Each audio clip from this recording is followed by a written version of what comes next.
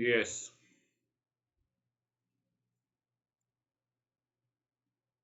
our master in the Gita, I have covered some part of the Gita last year, but I have not covered it deeply. Uh, why? Because of you guys. So there are 18 chapters, and in the second chapter, if I translate in an American way, so the master there in the teaching says that we have to be a contributor in our life, not a consumer. What it means, what is the meaning of being a consumer? Consumer means that joy of attachment,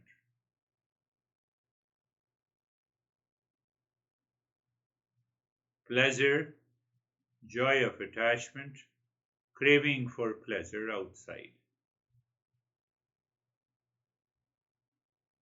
So anything that brings the joy with an attachment or pleasure from any situation outside, it makes me a consumer.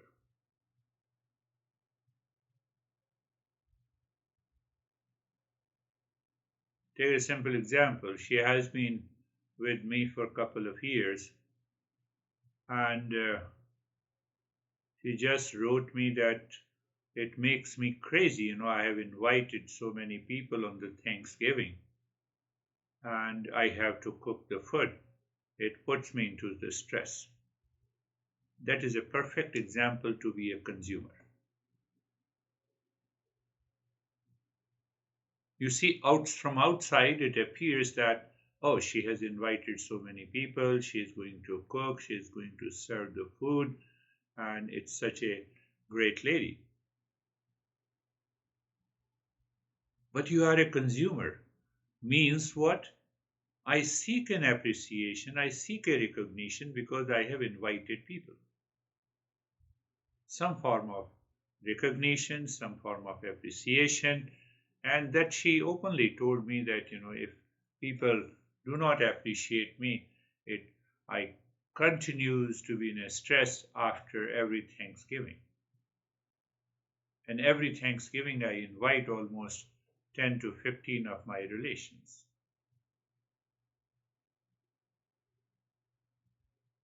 No, I'm doing such a good job. I'm inviting people, but I'm a consumer. So the master says if I'm a consumer, even if I do the best thing to the people, I donate lot of money to become a consumer, it is not going to change myself. It is not going to bring peace in my life. There is no calmness. So now understand that what exactly is being a contributor. It is it begins with your mind and emotions. Can I share? Can I share some peace and happiness? Can I bring some peace and happiness? In consumer, you are a taker, you are a grabber. It is the joy of attachment. In being a contributor, you are a giver. If mentally, intellectually, emotionally, first I become a contributor, how can I give you the peace and happiness, the joy? That strips your mind from being a consumer. So now, so I told her that, your focus this Thanksgiving should be this. We had almost 2 or 3 hours of the session, and she raised a lot of questions. So I said, no, you just become a contributor. What it means, you are going to cook the food in the kitchen and think that I'm going to cook the food to express my peace and happiness. I have nothing to do with anyone's behavior and attitude, whether they appreciate my food or not. I have invited them to give. I have invited them not to consume.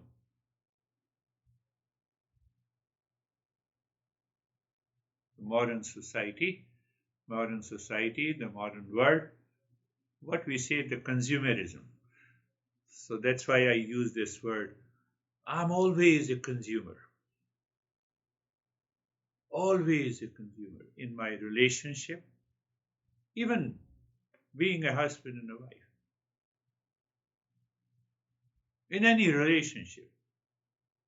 So when I'm a consumer, it always creates a duality. It creates an emotional dependence. It creates an intellectual paralysis. I'm not able to think. Look at this. I have offered everything and this guy is criticizing me. No, he is independent. He has a right to criticize you. But when I'm contributing, it means that, I'm contributing means what? That I'm a giver of peace and happiness, so I am not expecting anything from you. I maintain that state of the mind. When I maintain that state of the mind,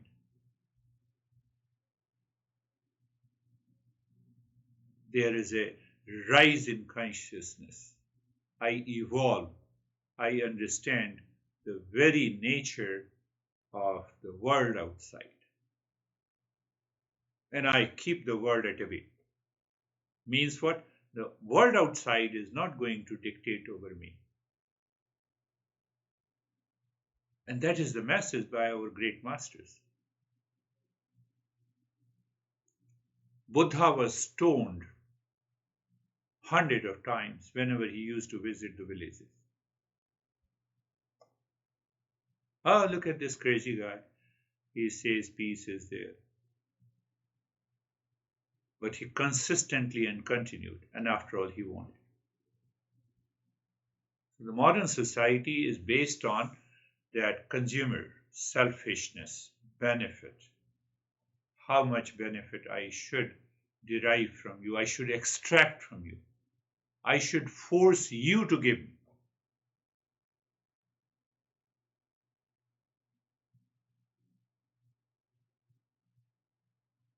But this is only the one part of this journey in the Gita. So being a contributor, why I have to be a contributor? The Master Eastern Wisdom says, what Eastern Wisdom says, it's quite interesting to understand that. What Eastern Wisdom says, it says that ask yourself from where, starting from the nature to your ancestors, to your parents. Sophie raised the question about the well-being of her father. Ask starting from the nature, the sun, the moon, the 5 elements, ancestors, the relations, the friends, and the entire nature as such. How much they are contributing in our life. The Master says, I have an obligation to pay back because they are contributing so much to my life.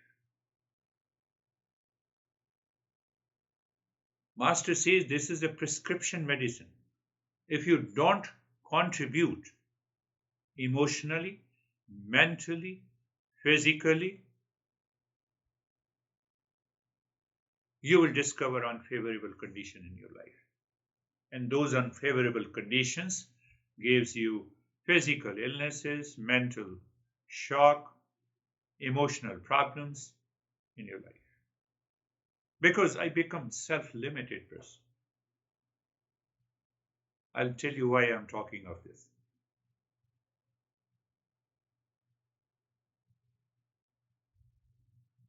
I have talked about this briefly.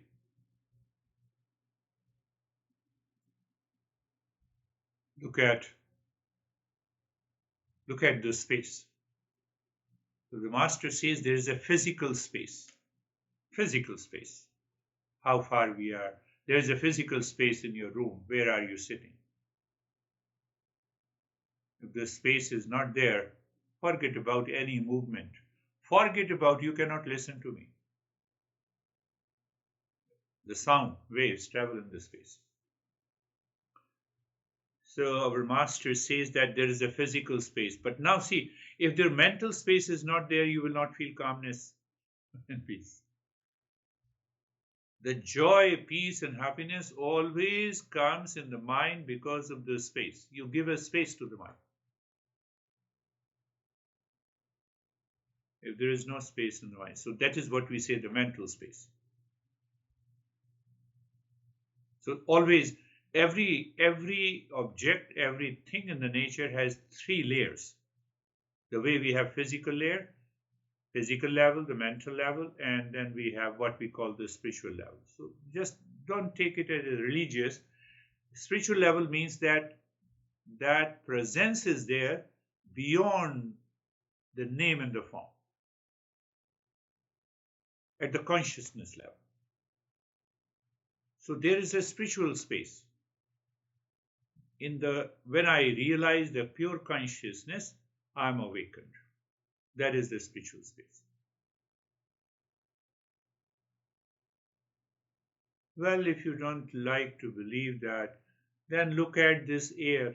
So we have a physical level of the air, carbon dioxide, oxygen, etc., etc. But the force by which the oxygen goes inside and the force by which the carbon dioxide is released, that forces the mental level. That is known as the prana. And then at the spiritual level, that spiritual level is the holder of the air and holder of the prana in the mind.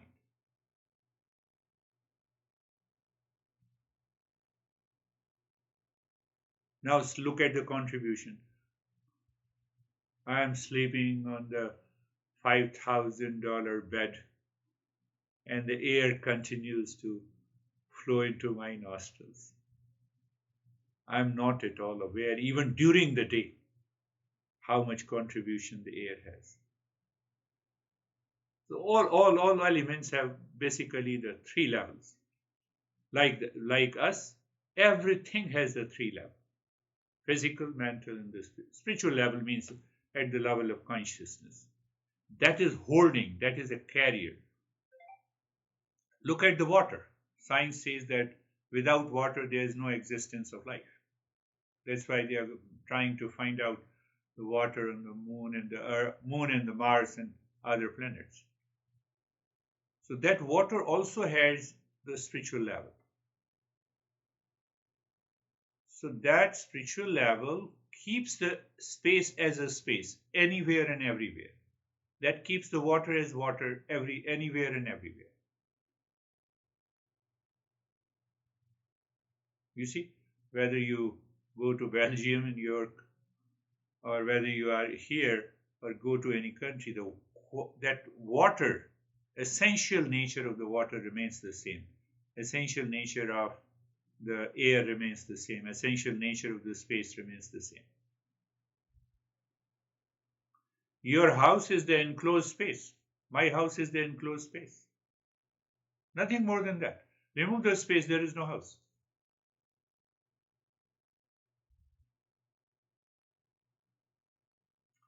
Remove the water from the body, which is 70%, the body does not exist.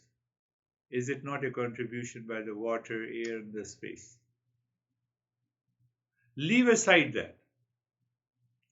I am born as a human being. It is because of the contribution by not only by my parents, by ancestors, and the entire generation.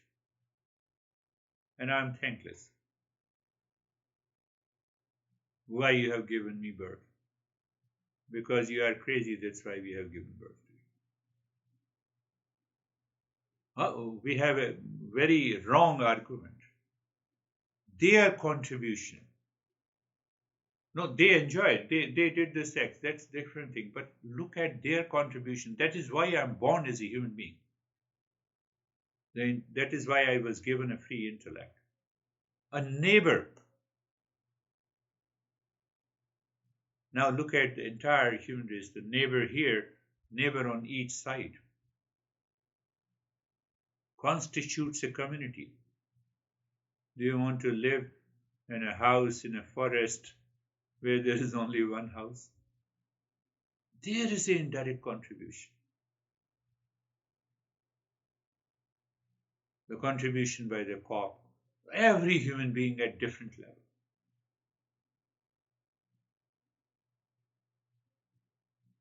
Their contribution is immense.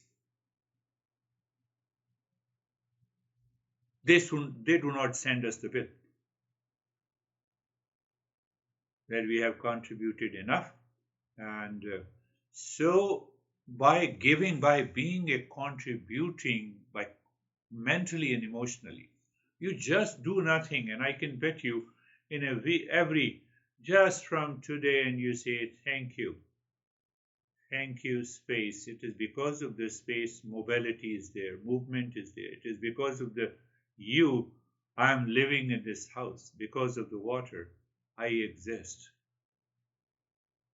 What happens? It sensitizes you. It helps you to raise your awareness. You become responsible. You become responsible. I'm not talking of the climate change. That's a beautiful chapter in that Gita.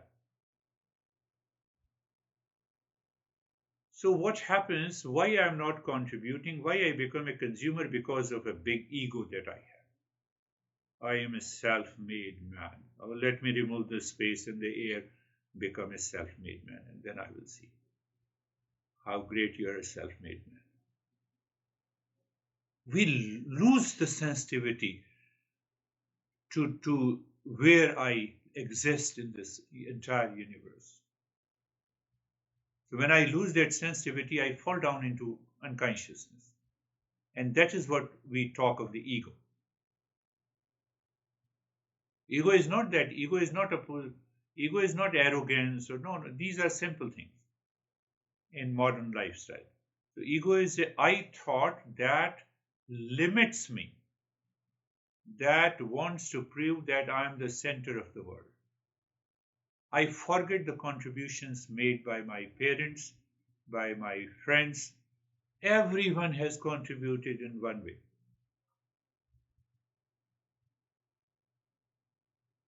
You insult me.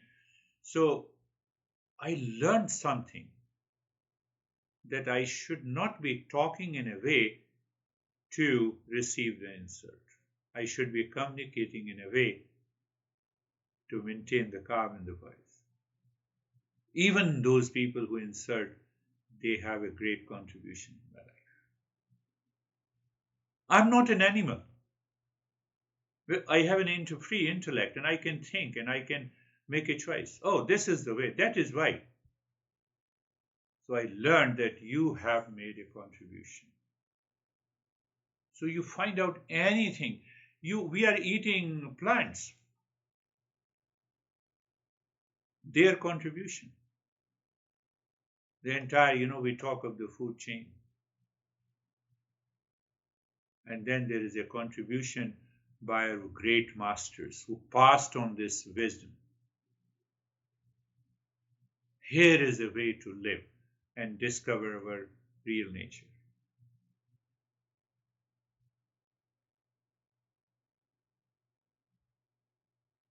Why I talked about this. Today is a Thanksgiving. So we should be thanksgiving to everything. I become aware of it. Today, after a couple of sessions, I just rearrange the entire room and maintaining my awareness. If there is no space, forget about it. You cannot rearrange anything. You cannot rearrange. And now everyone says, the room looks very nice.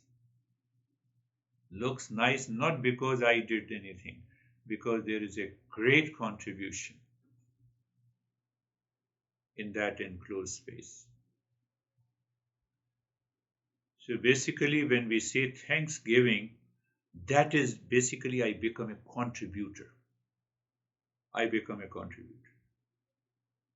So every day I remember, now I don't have parents, and I met my parents, obviously, and also my grandparents, my older brother, and then uncle. They are not here in this world. In my family, I'm the oldest now.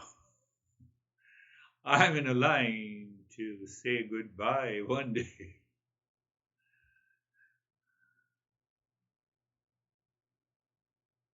So at the young age, I did have a lot of challenges and reactions, but gradually I evolved and I realized their contribution. So every day I remember just for a few minutes, emotionally and mentally. Thank you, parents, you have contributed in my life. Whatever the way you contributed by becoming angry, reacting, everything, I accept that. So nothing is happening to my ancestors, but everything is happening to me. My mind changes. I have a sense of emotional freedom. Even to the students and the people, students. I thank everyone. So then I thank every student. Oh, you came to my life to contribute. In what way you are contributing? That changes your entire perspective towards the life. That is the real Thanksgiving. So I told this women that, can you do that? When you are offering, you have cooked the food, you mentally and emotionally you think that you are cooking the food to serve them, to make them happy, to feel them happy on this Thanksgiving. But anytime, any moment, your mind says that I did not get the recognition I was expecting, crush it by becoming a contributor. So she had tears in her eyes and she told me that this is what I have been expecting. It means, had I been celebrating the Thanksgiving by inviting those people for a selfish reason? I said, that is what makes you a consumer. The consumer is always unhappy. I can bet you. You might have bought a particular car, and after a few weeks, your mind says, I should have bought another. It's a fact. That is what a consumer means. Nothing happens to the dealer, nothing happens to the car, but everything happens to you. You have a sense of regret. Oh, I paid little more to the car. Same thing with the clothes. Same thing with the food you are eating in a restaurant.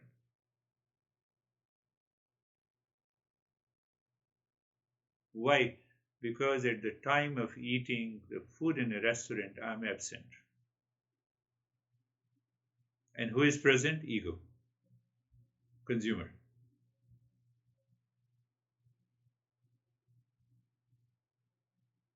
Consumer.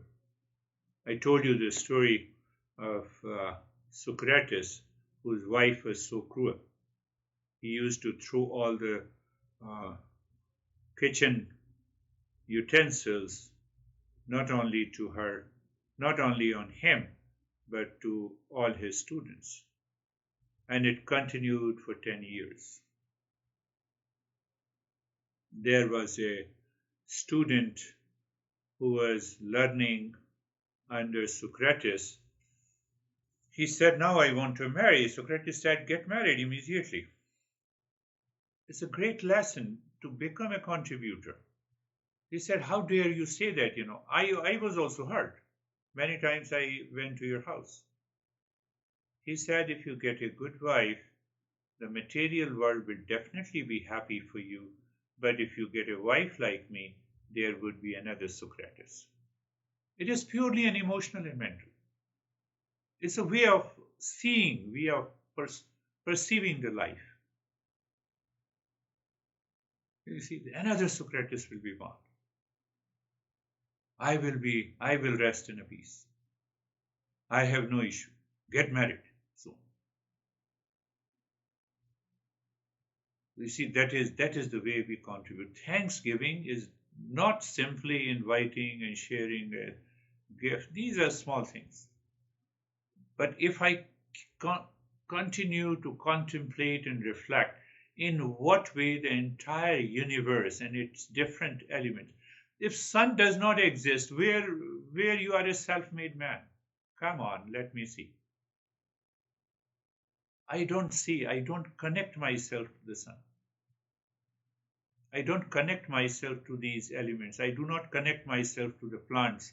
I do not connect myself to the animals. I do not connect myself to the ancestors, to my parents, to my friends. I connect only for the selfish reason. Only for the consume. Let me consume. The more I consume, it gives me a pleasure. It's a joy of attachment. It's a pleasure from the outer conditions, and the pleasure is a short-lived. Every pleasure is a short-lived. Give me any object, any person, anything, any relationship by which you get a consistent, continued state of peace and happiness. There is nothing. It is only because of my mind. It is only because I am living in a prison of ego, attachment, emotional dependence. All belongs to being a consumer, my friends. So the women told me, so that's totally a different way of looking at the life. I said, yes. The entire Eastern wisdom presents to us that there is still a higher way to look at the life and live your life, and to think and speak and act in a life. Not only, not only it helps you to express peace and happiness from within, but it also helps others to find the peace and calm. I said, your job is nothing to count on how many appreciations, how many praises that you receive on the Thanksgiving Day. Thanksgiving means that you are giving, you are not taking. So you are cooking everything just for taking. So there is one possibility, my friend. I recognize your mind. So every day I will come to your house and cook the food. I will follow your order blindly. And I want to see whether you become happy or not. You will become bored because I follow you blindly. You'll become upset.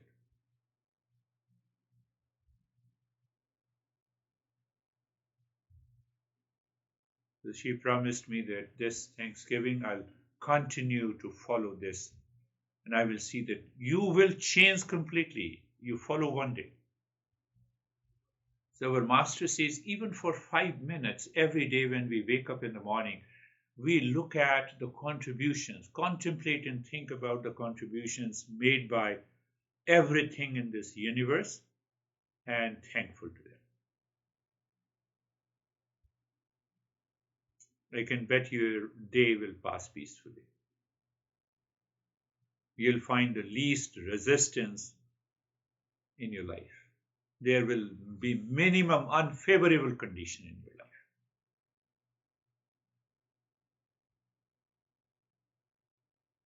So that is what the happy Thanksgiving, simply saying happy Thanksgiving does not make any sense. Yes, let us close your eyes. Eyes are closed.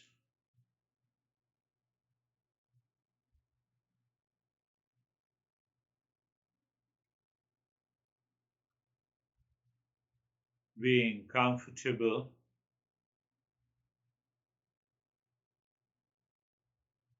So being comfortable means you're looking at the shoulder joints being there.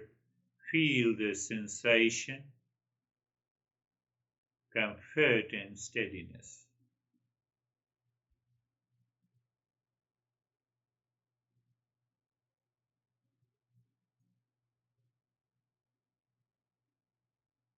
Move the mind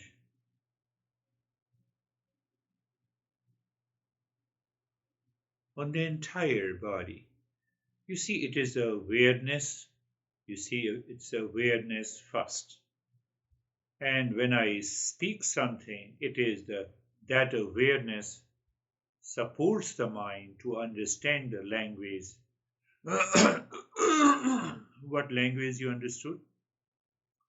I said become aware of the entire body. It is mental communication.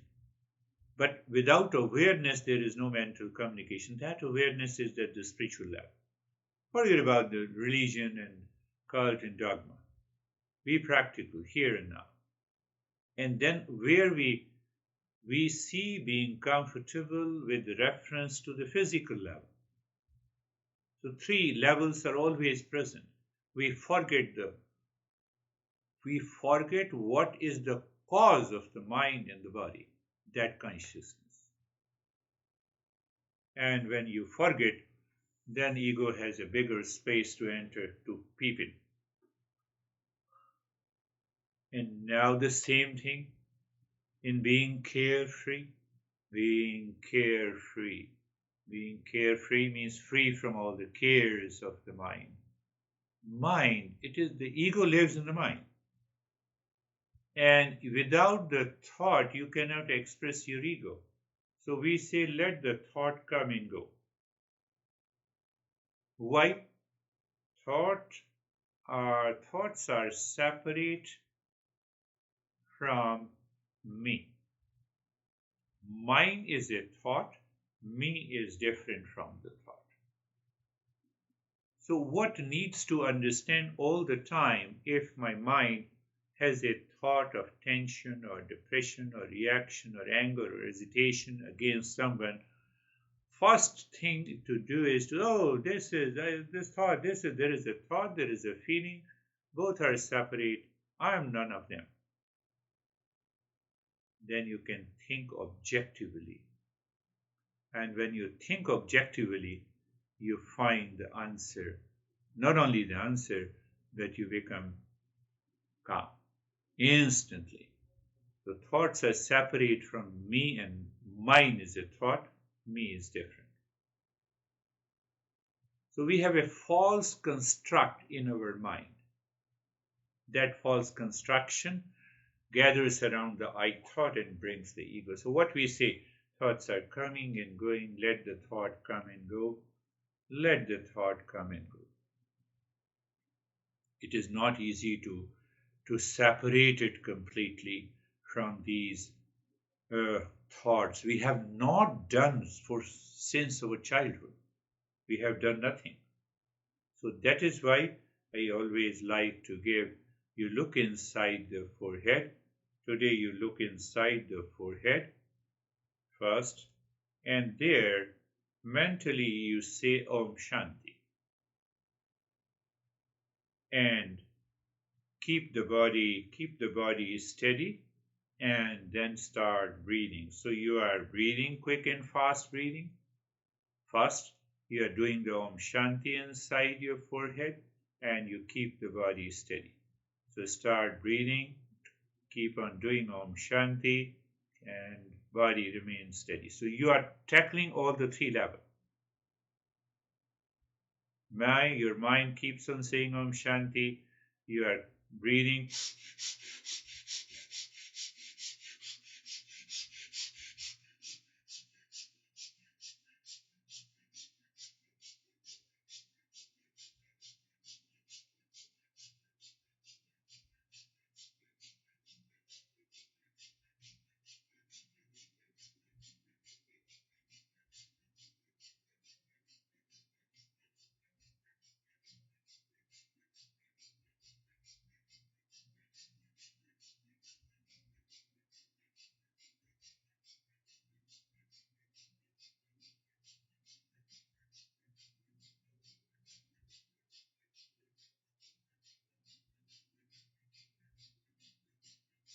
Om Shanti continues, breathing continues, stillness in the body continues.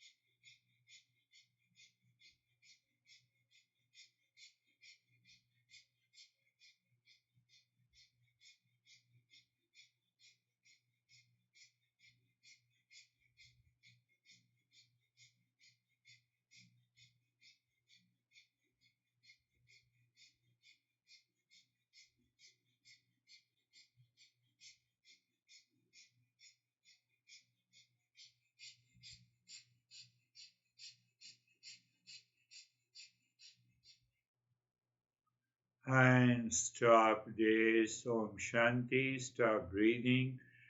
Bring your allow the breath to be normal. Allow the breath to be normal and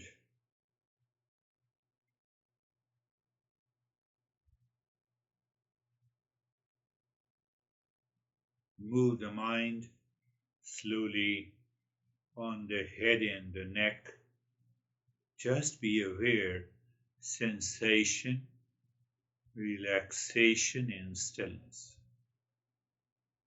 There is a contribution of feeling the sensation of the space, of the air.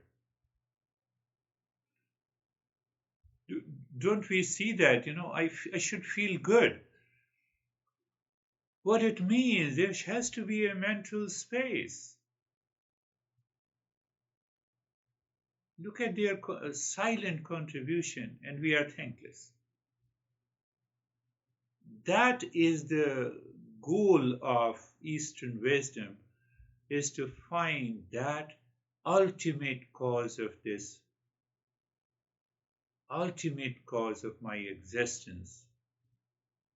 So again, with that attitude, look at the right arm from the shoulder to the fingertips. Your mind moves there. Mind is moving on the skin, and you feel the sensation, relaxation, and stillness.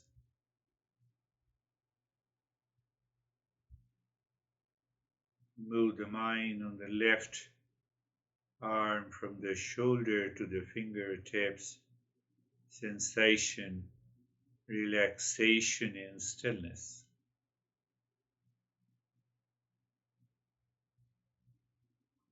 So you're moving the mind. Moving the mind means you are aware. Because you're sensitive. Moving the mind, the middle portion of the body, sensation, relaxation, and stillness. Move the mind on the right leg, sensation, relaxation, and stillness. Move the mind on the left leg, sensation, relaxation, and stillness. The entire body from sensation, relaxation, and stillness.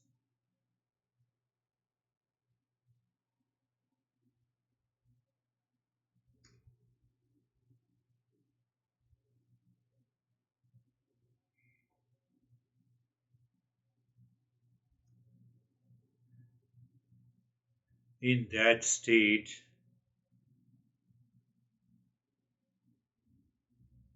become aware of the outermost layer of our existence, that is the physical body. So we have a physical body plus physical sense organs. Pay attention to that. That is very important to understand. Sometimes you see the eyes of a person seems to be perfect. Their pupils, their blinking of the eye, legs is so perfect. But then you are sorry, you realize that person is blind. So there's a physical sense organ and the faculty of the sense organ, they are different. So that faculty of the sense organ comes from the second layer connected to the mind. And but if consciousness is not there, then faculty and the physical sense organ has no meaning at all.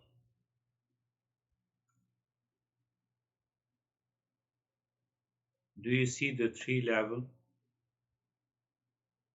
So now what we need to do, we want to explore the highest innermost level.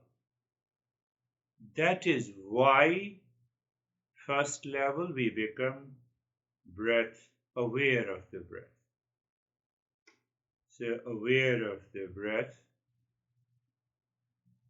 below physical, above mental. We can easily recognize that. So what happens when the mind withdraws inside, physical level is easy to take over. A sense that is what we take over by experiencing the steadiness and the stillness in the body. But we are looking at the breath, and above the breath is the mind where the lot of thoughts are there. Let it be there. Because they are three different levels, interconnected. That awareness is known as the breath awareness. That awareness is known as the breath mindfulness.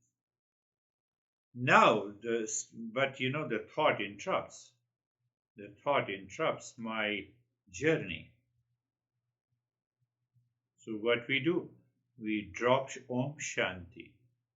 So every time the breath goes in, Om Shanti follows. Every time the breath comes out, Om Shanti follows. Not only this, but when any thought enters into the mind, you know it, and the moment you know it, you drop Om Shanti over the thought. So when you drop the Om Shanti over the thought, means you recognize the thought has overlapped. And the moment you recognize, you drop the Om Shanti, you will discover that thought dissolves. And again, you become aware of the breath. So the entire process is very subtle. We are aware of the entire process. Can I explain in one sentence? In the state of sensation, relaxation, and stillness in the body, first level, you are looking at the breath that is going in and out, second level. You are also aware that sometimes the thought interrupts the awareness of the breath, and then you have a chance to recognize it and to drop Om Shanti on that thought. You don't get upset if there are many thoughts, need not to.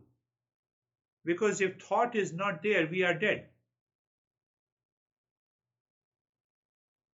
The thought should not be like a weed, it should be like a garden, our trimmed patio and the trimmed front yard. So Om Shanti is also a thought. And that takes a time.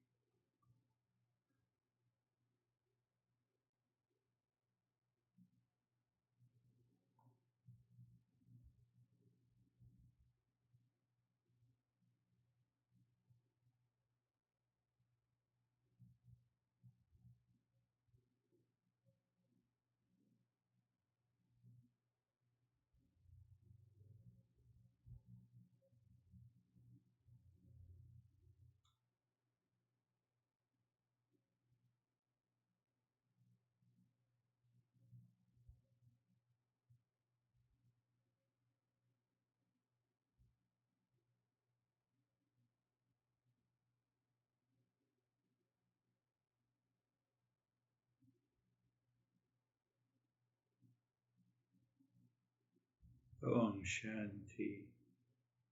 So when I say Om Shanti, I'm also saying that you are aware, body is steady. You are aware of the breath. You're dropping Om Shanti on the breath and also on the thought whenever any thought enters. To take it lightly. Don't take it seriously.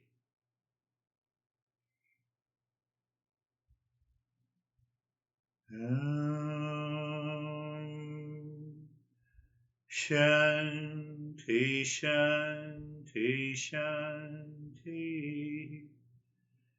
Om Shanti, Shanti, Shanti. Om Shanti, Shanti, Shanti.